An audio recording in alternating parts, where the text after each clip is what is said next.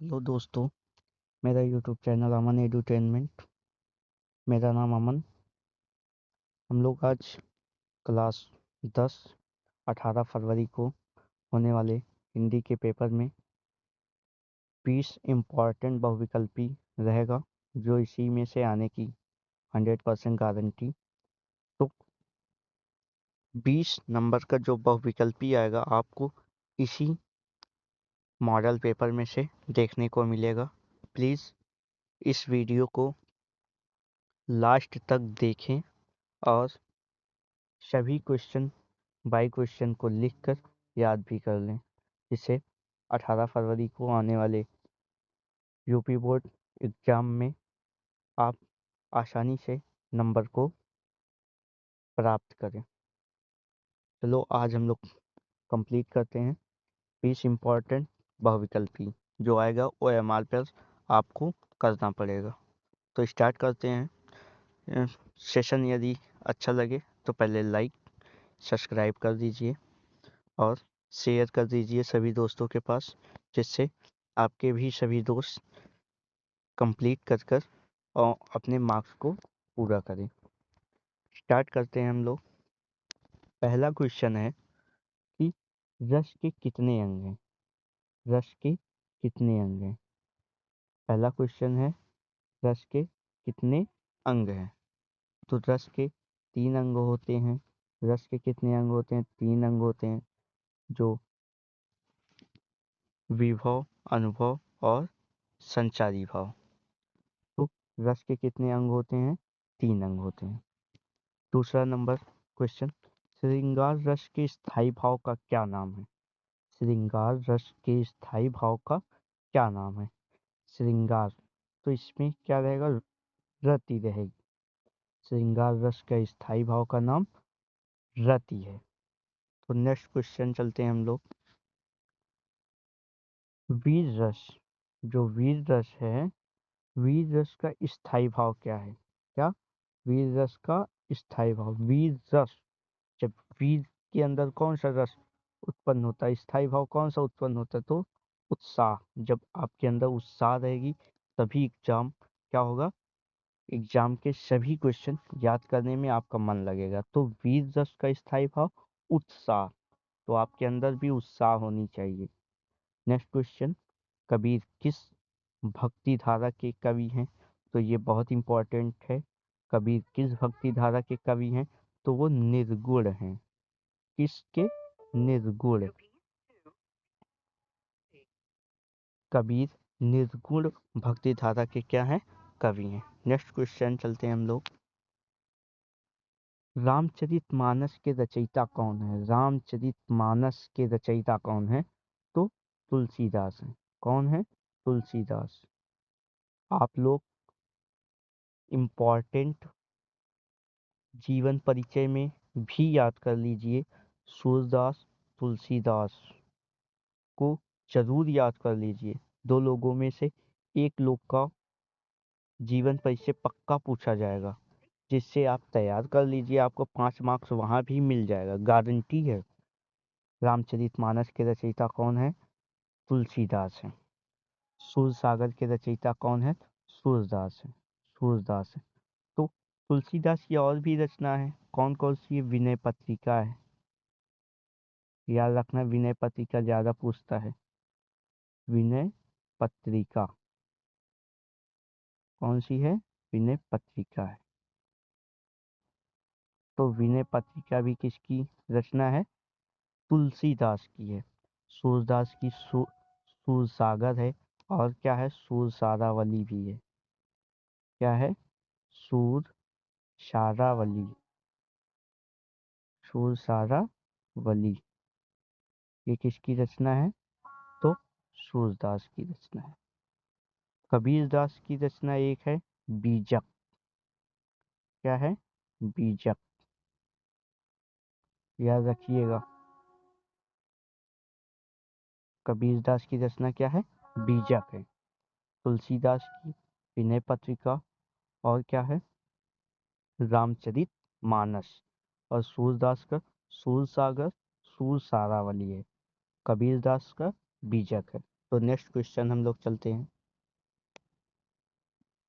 छायावाद के 4 स्तंभ शामिल हैं। छायावाद में 4 स्तंभ हैं। कितने स्तंभ है? 4 स्तंभ। 4 स्तंभ में कौन कौन हैं? तो जयशंकर प्रसाद हैं, निराला जी हैं, महादेवी वर्मा हैं। लेकिन कौन नहीं है पूछ रहा है, ध्यान दीजिए। छायावाद के 4 स्तंभों में शामिल नहीं है। तो कौन शामिल नहीं है? बिहारी जी क्या नहीं है? शामिल नहीं है।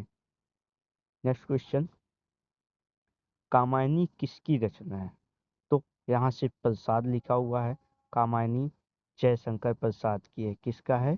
जयशंकर प्रसाद। जयशंकर प्रसाद किसकी रचना है? जयशंकर प्रसाद की रचना कामायनी है। और क्या है? राजश्री है। क्या है? राजश्री। राजश्री, हाँ, याद रखिएगा। राजश्री भी है। आशु है। आशु, लहर, ये किसकी रचनाएं हैं? ये सब जयशंकर प्रसाद की रचनाएं हैं। याद रखिएगा, इम्पोर्टेंट क्वेश्चन है जो पूछा जाता है, प्रत्येक वर्ष पूछा जाता है। तो नेक्स्ट क्वेश्चन हम लोग चलते हैं। दो बैलों की कथा के लेखक कौन है? दो बैलों की कथा के लेखक कौन है? तो ये हैं प्रेमचंद्र हैं। प्रेमचंद्र क्या है? दो बैलों की कथा के लेखक है। मुहावरा 10 नंबर, आंखों का तारा होना, आंख का तारा होना मतलब बहुत क्या होना? प्रिय होना। सुंदर नहीं, बहुत क्या होना? प्रिय होना। आंखों का तारा होना, बहुत प्रिय हो। नेक्स्ट क्वेश्चन, निबंध सम्राट किसे कहा जाता है? निबंध का सम्राट किसे कहा जाता है?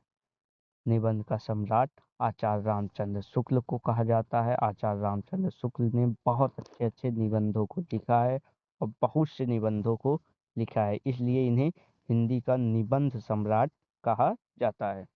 नेक्स्ट क्वेश्चन, गीतांजलि के रचयिता कौन है? तो गीतांजलि के रचयिता रविन्द्रनाथ टैगोर जी हैं। अभी हमने प्रेमचंद की बात की, गोदान गबन है। प्रेमचंद का उपन्यास गोदान गबन है। और प्रसाद जी की राजश्री है, कामायनी है, आंसू है, लहर है। रविन्द्रनाथ टैगोर की क्या है? गीतांजलि है। याद रखिएगा। नेक्स्ट क्वेश्चन, भारत भारती किसकी रचना है? ये तो पूछा ही जाता है, या यदि भारत भारती रचना नहीं पूछा गया तो इस चैप्टर का से व्याख्या करने को पूछेगा जरूर। तो भारत भारती किसकी रचना है? तो मैथिली शरण गुप्त की है। भारत भारती किसकी रचना है? मैथिली शरण गुप्त की है। रीतिकाल के प्रमुख कवि कौन हैं? 14 नंबर क्वेश्चन, रीतिकाल के प्रमुख कवि कौन हैं? तो बिहारी जी हैं। ये कबीरदास निर्गुण भक्ति काव्य के हैं और तुलसीदास सगुण के हैं। और बिहारी जी जो हैं रीतिकाल के प्रमुख कवि हैं।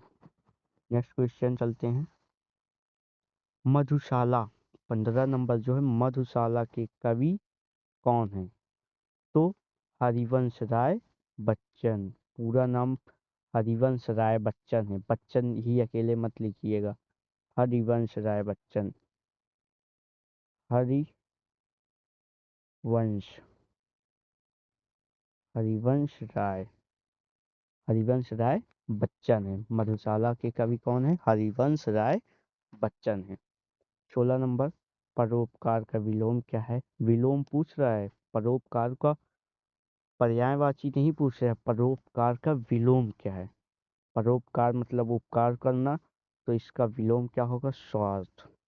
मित्र तो होगा नहीं, प्रेम तो होगा नहीं, सेवा तो होगा नहीं, तो क्या होगा? स्वार्थ होगा। परोपकार का विलोम स्वार्थ होगा।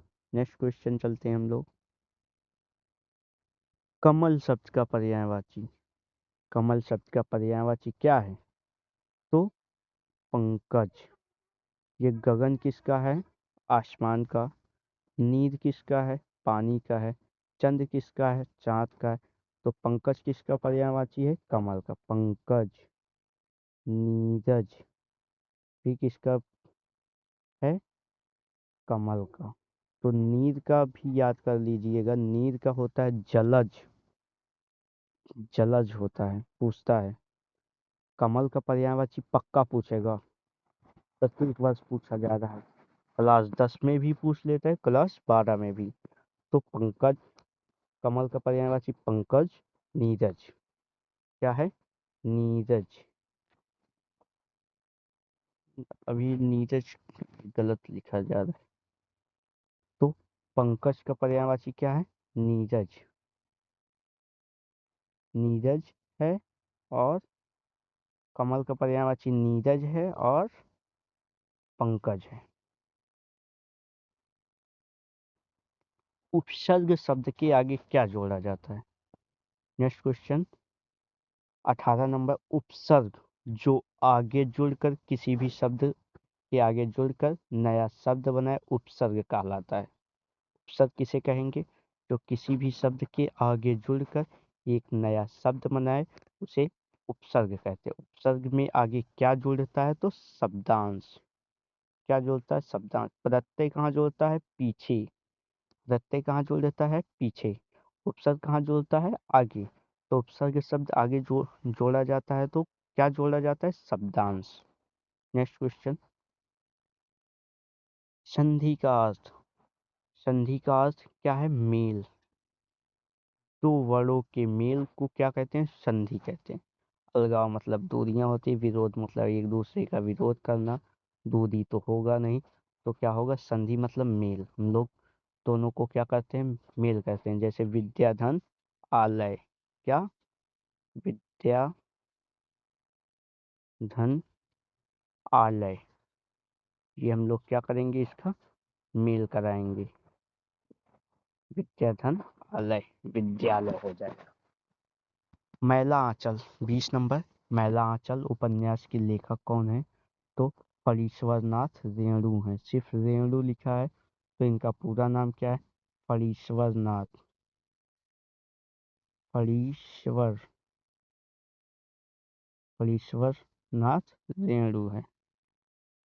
इनका पूरा नाम फणीश्वरनाथ रेणु है। तो मैला आंचल के उपन्यासकार कौन है? फणीश्वरनाथ रेणु है। प्लीज़ वीडियो को लाइक और सब्सक्राइब कीजिए और कमेंट जरूर कीजिए। जय हिंद।